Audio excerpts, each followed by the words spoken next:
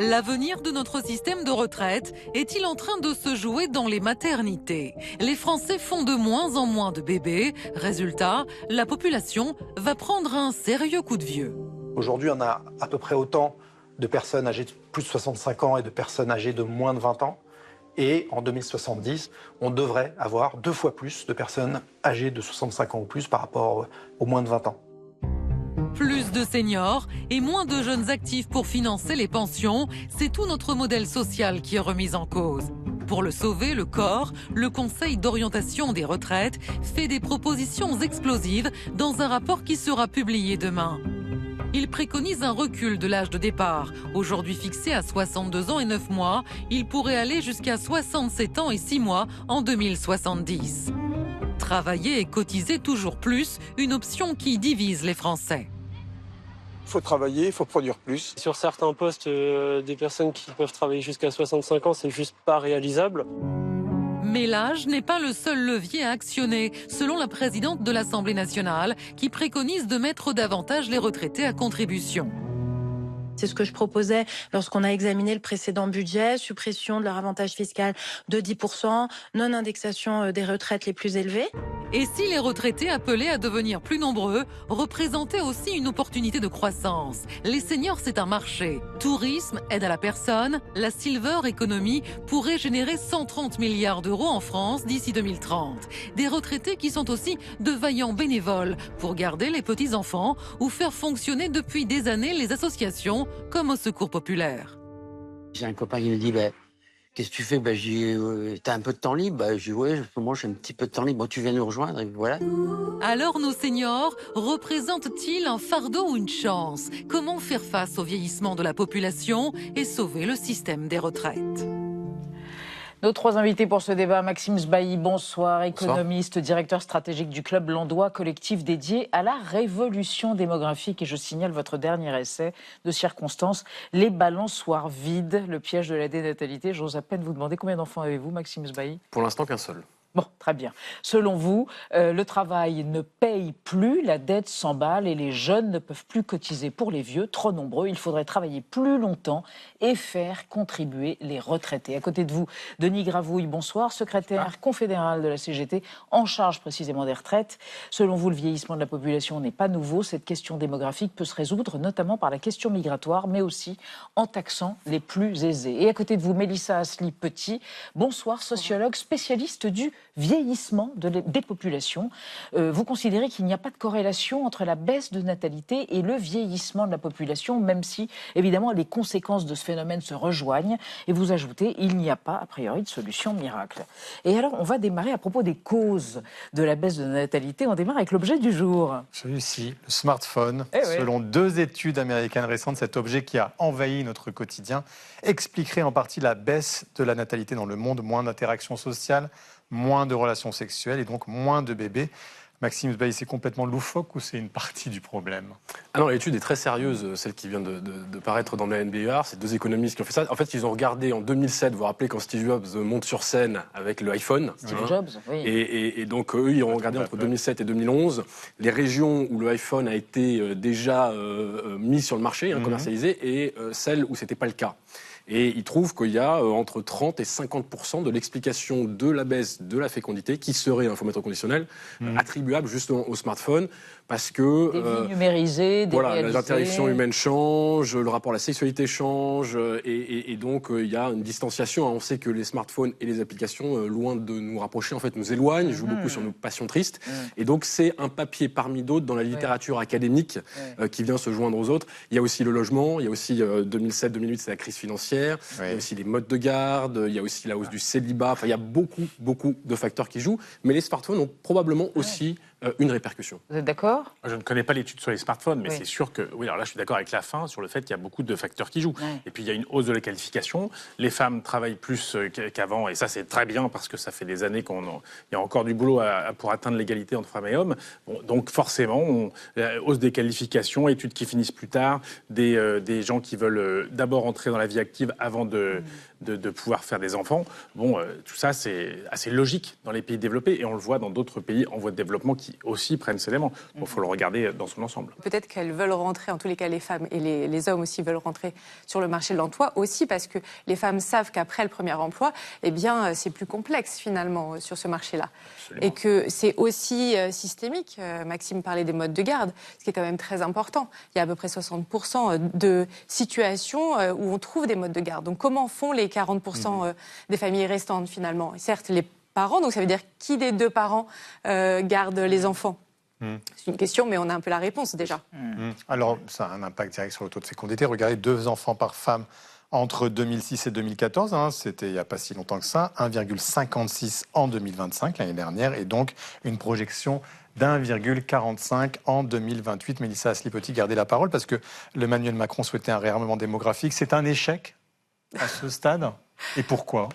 Alors, après, est-ce qu'un président de la République devrait parler de réarmement démographique? C'est une question qu'on peut se poser. Est-ce que le terme était vraiment bien choisi? Et surtout, quelles mesures concrètes sont mises en place derrière? On parlait congé parental qui a été allongé, par exemple. Oui, mais est-ce que c'est suffisant, finalement, pour donner envie? Parce qu'au final, on voit que ce n'est pas le premier enfant qui... c'est après. C'est après. Et c'est là où c'est plus complexe. On sait que le deuxième... Le prix du logement, l'éco-anxiété. Non, Maxime Sbailly, il y a d'autres facteurs aussi. Oui, il n'y a pas de baguette magique. Ouais. En réalité, on le voit dans tous les pays, il n'y a aucun décideur public qui a un bouton magique, un décret ou un crédit d'impôt qui fait que tout d'un coup, on inverse la courbe. Ce qui est assez marquant en France, c'est quand même la vitesse à laquelle ça a chuté. Ouais. En 2010, on était à 2 enfants par femme, ce qu'on appelle le taux de fécondité en moyenne.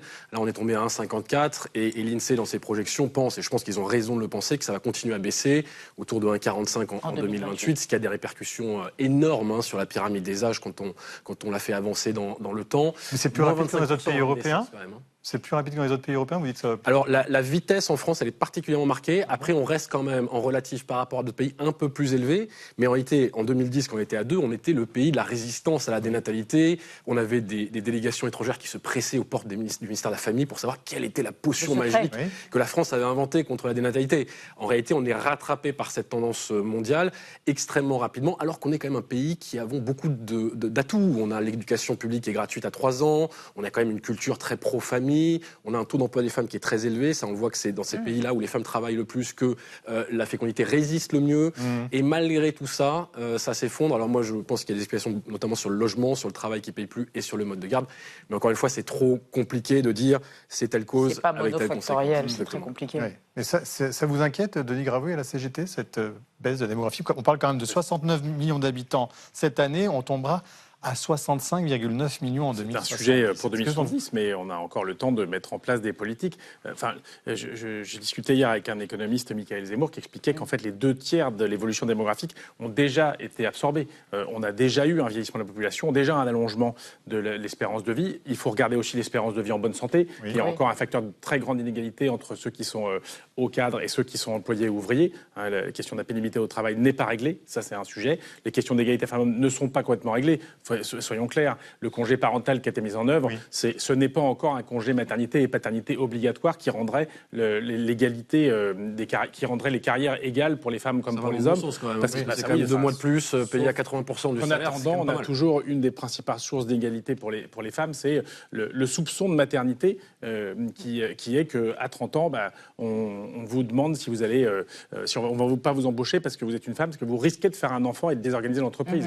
S'il y avait un vrai congé partagé et qui respecterait le salaire, puisque comme il y a des inégalités de salaire entre femmes et hommes, eh bien évidemment il y a les choix qui sont faits. On va prendre le plus petit salaire, donc plus souvent la femme que l'homme qui s'arrête. Et tout ça, c'est une source d'inégalité. Alors là, on a décrit quelque chose qu'on pourrait résumer en hiver démographique. Et alors on va évoquer avec vous trois et avec Anna des solutions, en tout cas dans des pays voisins, des pays européens. En Espagne, c'est l'immigration économique. Oui, depuis un rapport de l'ONU de l'année 2000, l'Espagne savait qu'elle aurait besoin de 12 millions de migrants d'ici 2050 pour maintenir son équilibre démographique. Aujourd'hui, la Banque d'Espagne estime ce besoin à 24 millions, c'est le double.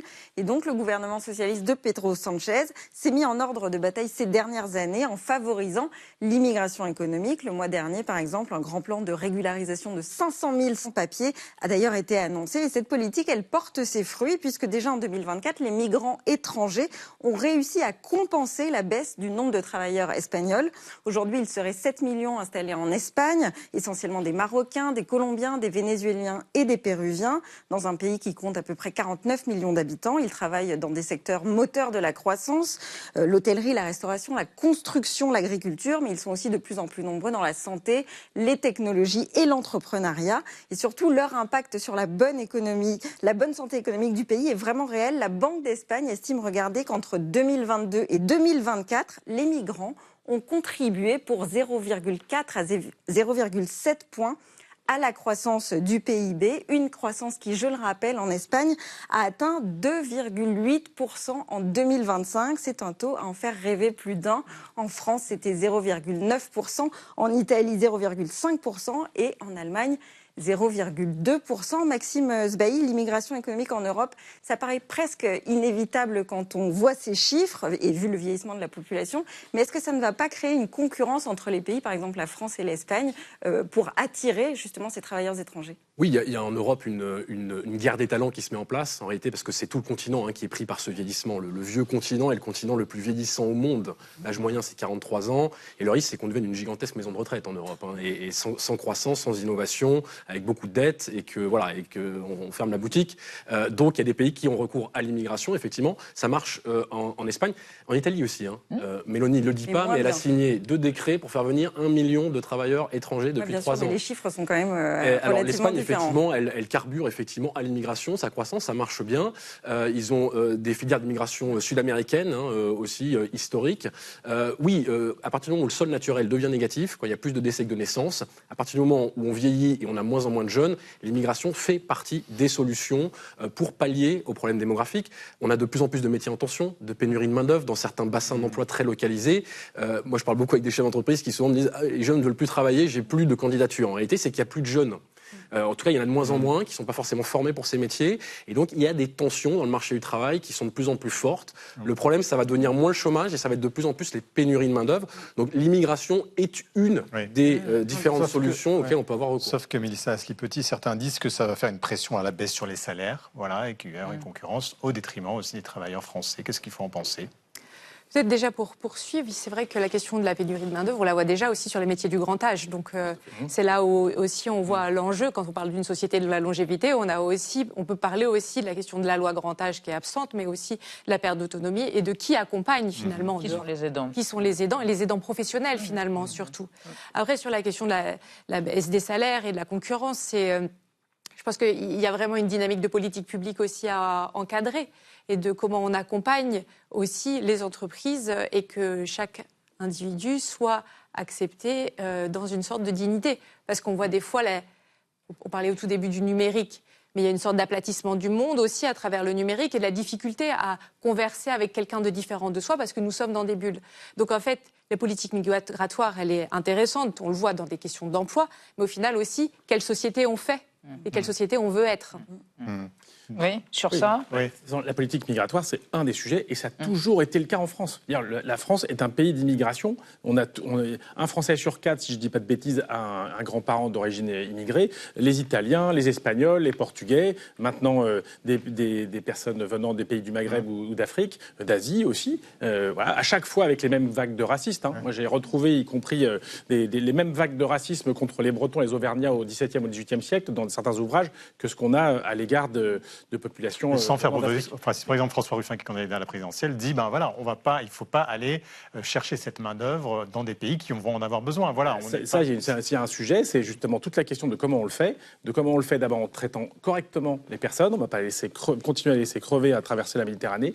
Ça, c'est déjà un problème humanitaire. Mais par ailleurs, effectivement, c'est totalement faux si on essaye de mettre en opposition c'est le patronat qui décide du niveau des salaires. S'il décide de mettre en opposition des travailleurs mal payés dans les cueillettes ou autres, sinon on fait respecter le SMIC, on fait respecter les salaires, on les augmente correctement. C'est le travail qui crée la richesse. Et dans ces cas-là, on n'a pas cette concurrence. Par ailleurs, c'est pas la seule solution parce que évidemment, on a une foule de travailleurs précaires qui aimeraient bien travailler plus longtemps. un grand nombre de femmes qui aimeraient bien travailler autrement qu'à temps partiel subit, et ça, et notamment dans l'aide à la personne, dans tous ces métiers du soin et du lien, dont on a absolument besoin justement parce que ça ferait plus de cotisations. Donc, et tout ça, évidemment, ça fait des cotisations. Mais ça, c'est la question du partage des richesses, et ça, c'est un sujet de débat qu'on va continuer après.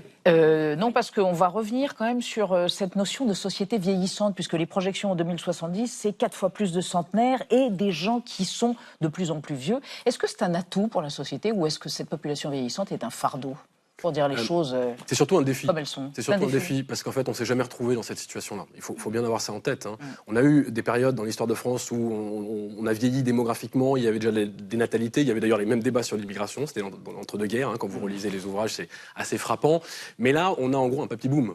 C'est-à-dire que le baby-boom d'après-guerre, là, les fameux 24 millions de beaux bébés que De Gaulle avait appelés à la libération, sur 30 ans, ils ont pris de l'âge et ils font gonfler la pyramide des âges par le haut et la dénatalité la fait maigrir par le bas. Donc elle est en train de s'inverser, c'est plus une pyramide, d'ailleurs ça ressemble plus, quand vous regardez les projections d'INSEE jusqu'en 2070, ça ressemble à un kebab. Vous voyez, un grill de kebab, ça ressemble exactement à ça, voilà, et on n'a jamais connu ça. Et surtout, on ne sait pas comment financer notre modèle social avec une pyramide s'inverse. Qu'on fait travailler plus longtemps. Alors, ça veut dire, il y a plusieurs choses. Avant, on avait beaucoup de jeunes pour financer très peu de personnes âgées. Ça marchait très bien, c'était indolore. Aujourd'hui, on a de moins en moins de jeunes et de plus en plus de personnes âgées. Il faut bien comprendre qu'on a 18 millions de retraités en France. Ils vont passer le cap des 20 millions, qui passent une vingtaine d'années en moyenne à la retraite, dans des conditions relativement plus aisées que dans d'autres pays. Et donc ça, il faut le financer. Voilà. Et c'est pas que la retraite d'ailleurs, c'est la santé et la dépendance. On en parlait, la dépendance, on n'a pas encore réglé le sujet. Donc ça coûte cher. Qui paye ? Et donc la question, c'est est-ce que ce sont les actifs ? On a augmenté les taux de cotisation. Le problème aujourd'hui, c'est que le travail ne paye plus parce que les actifs payent cette facture démographique. Donc vous êtes d'accord avec ce que dit le corps, 67,6 ans en 2070 pour l'âge légal de retraite. Et Denis Gravouille, j'imagine que pour vous, c'est inacceptable. Alors déjà, le corps ne dit pas ça. Oui, c'est un projet. C'est un projet de rapport. Pour l'instant, il y a un projet de rapport amendé. Ça peut être amendé. C'est pas l'âge légal. À la 70e page, on parle de cette évolution-là au cas où... C'est pas la première fois qu'il préconise cela. Non, mais c'est pas ce que préconise le président du corps. Le corps, il ne faut pas l'abîmer. C'est un instrument extrêmement intéressant où on a plein d'études. Et ça, c'est la projection au cas où on ne change rien dans les règles. Le modèle. Et avec cette projection démographique. Donc, ce n'est pas ce que préconise le corps et on verra bien ce qui sera dit demain. Mais de façon générale, on peut absorber cette question-là. Évidemment que c'est un défi, ça c'est sûr. On n'a jamais vécu ça. Et en même temps, on n'est pas dans un pays pauvre. Il y a beaucoup de pauvres. Il y a 10% de retraités pauvres. Il y a 14% de la population qui sont pauvres, notamment des familles monoparentales, c'est-à-dire souvent des femmes seules avec enfants. Ça, c'est Donc faire contribuer les plus aisés. Et faire contribuer les plus aisés, mais commençons déjà par regarder les contributions des très grosses entreprises. On a une explosion des dividendes. Avec 211 milliards d'aides publiques. Mais là, il y a pas comme ça que le modèle social marche, ce sont les prestations. Parce que dedans, il y a 80 milliards d'exemptions de cotisations et d'exonérations de cotisations qui sont payées par la puissance publique à la place. Et donc, on peut travailler à faire autrement pour financer. Il y a moyen de le faire. Dans un pays très riche, il y a moyen de répartir les richesses pour payer le vrai sujet de fond, c'est qu'aujourd'hui, on s'endette sur le dos des petits-enfants pour payer les retraites des grands-parents. On a un déficit continu des retraites qui va s'aggraver, c'est ce que montre le corps. C'est ce que dit le corps. De façon légère, mais c'est un déficit pour payer les retraites. Est-ce qu'un pays peut accepter d'endetter ses enfants pour payer les retraites des grands-parents et la santé des grands-parents? Je vais reprendre la parole. Non, mais dans le rapport du corps, il est dit que les dépenses de retraite évoluent légèrement, et par contre les recettes baissent. Donc le vrai problème, c'est la question des recettes. On n'a pas une explosion des recettes, on a un problème de recettes. Et les recettes, c'est aller prendre l'argent où il y en a, pour ceux qui ont beaucoup d'argent. Mélissa Asli-Petit, mais est-ce que par exemple, il n'y aurait pas quelque chose à faire? On ne va pas vous mettre d'accord. Est-ce qu'il n'y aurait pas quelque chose à faire justement sur le taux d'emploi des seniors? On sait que la France est plutôt mauvais élève par rapport à ses voisins. Est-ce que ça, c'est quelque chose qu'il faudrait améliorer? Évidemment. Vous parliez de l'économiste Michael Zemmour tout à l'heure. Sur juste l'âge légal de 62 ans, il avait expliqué qu'en repoussant à cet âge-là, eh bien, ça faisait des personnes qui étaient ni en emploi ni à la retraite, plutôt les classes populaires et les femmes. Et donc, de fait, il y a, je dirais, aussi un emploi nécessaire d'engager l'emploi des seniors. Mais en fait, ça pose la question de qu'est-ce qui donne envie finalement à la fois aux personnes. On sait aussi que le taux de formation chute après 50 ans, alors qu'il est essentiel aussi pour rester dans une sorte d'employabilité. Aussi, il faut changer les représentations sociales sur l'âge finalement aussi, qui ont la vie dure en France. Et donc sur l'âge en emploi, sur la question aussi l'âge après la retraite. Et donc il y a vraiment un mécanisme à faire évoluer pour avoir aussi un management, j'aurais envie de dire, tout au long de la vie de la part des entreprises. Parce que finalement, si on reste encore dans ce modèle du système de retraite tel qu'il est, qui est quand même de 1945, où on était aussi beaucoup dans formation, travail, retraite, avec un CDI à vie, comment en fait on arrive à penser la multi-activité, les parcours, les formations tout au long de la vie, et que ça doit aussi s'inscrire sur le système de retraite, mais aussi dans la dynamique système de retraite à points à un moment donné aussi. Alors les retraites seront forcément, on va avancer en débat pour la présidentielle de l'an prochain. Certains, comme Jean-Luc Mélenchon, écoutez, promettent le retour à 60 ans. Les plus de 60 ans sont 3 fois plus nombreux aujourd'hui qu'en 1958. Mais le report de l'âge de la retraite les a renvoyés avant 1958. Le but reste l'abrogation de la réforme des retraites à 64 ans, puis le retour à 60 ans. Retour à 60 ans, après tout, Maxime Bailly, pour ceux qui ont des métiers difficiles. Les autres, par exemple, nous, autour de cette table, on veut travailler plus longtemps. C'est peut-être aussi ça qu'il faut évoquer. Oui, en fait, c'est la retraite progressive, c'est-à-dire d'arrêter avec cet âge couperé, cette théâtralité depuis 50 ans autour de l'âge de départ. Mais en fait, on voit que ça fait beaucoup de mal justement sur l'emploi des 50 ans, des plus de 50 ans. Moi, je travaille beaucoup là-dessus avec le Club Landois. En réalité, on voit que c'est dans les pays où l'âge effectif de départ est le plus élevé que le taux d'emploi est le plus élevé chez les 50 ans, parce qu'il y a un effet horizon. Et parce qu'on se projette beaucoup plus longtemps sur la vie, il n'y a qu'en France qu'on pense qu'un plus de 50 ans, c'est un quasi-retraité. Parce que l'âge de départ est tellement bas que à la fois l'employeur et l'employé arrêtent effectivement de se former, arrête de considérer des postes plus élevés. Et donc, en fait, tout ça retarde effectivement ce travail-là sur les plus de 50 ans. À quel âge il part et avec quel niveau de pension. Ça, c'est très simple. Expliquer le système des retraites dans toutes ses complexités, on peut toujours, tout le monde de savoir à quel âge il part et avec combien. Donc ça, c'est un sujet. Et on peut se permettre d'abroger cette réforme d'abord parce qu'elle est totalement impopulaire. Et d'aller à 60 ans. La démographie complet. Et la démographie, à force d'avoir une élite qui va dire à la majorité comment on fait, on a des problèmes comme ceux qu'on va avoir en 2027. Et donc le sujet, c'est bien sûr l'abrogation et aller vers une retraite qui est consentie par tout le monde. Merci pour l'exposition de vos 3 points de vue complémentaires. C'est le moins qu'on puisse dire, mais effectivement contradictoires dans certains cas. Merci encore.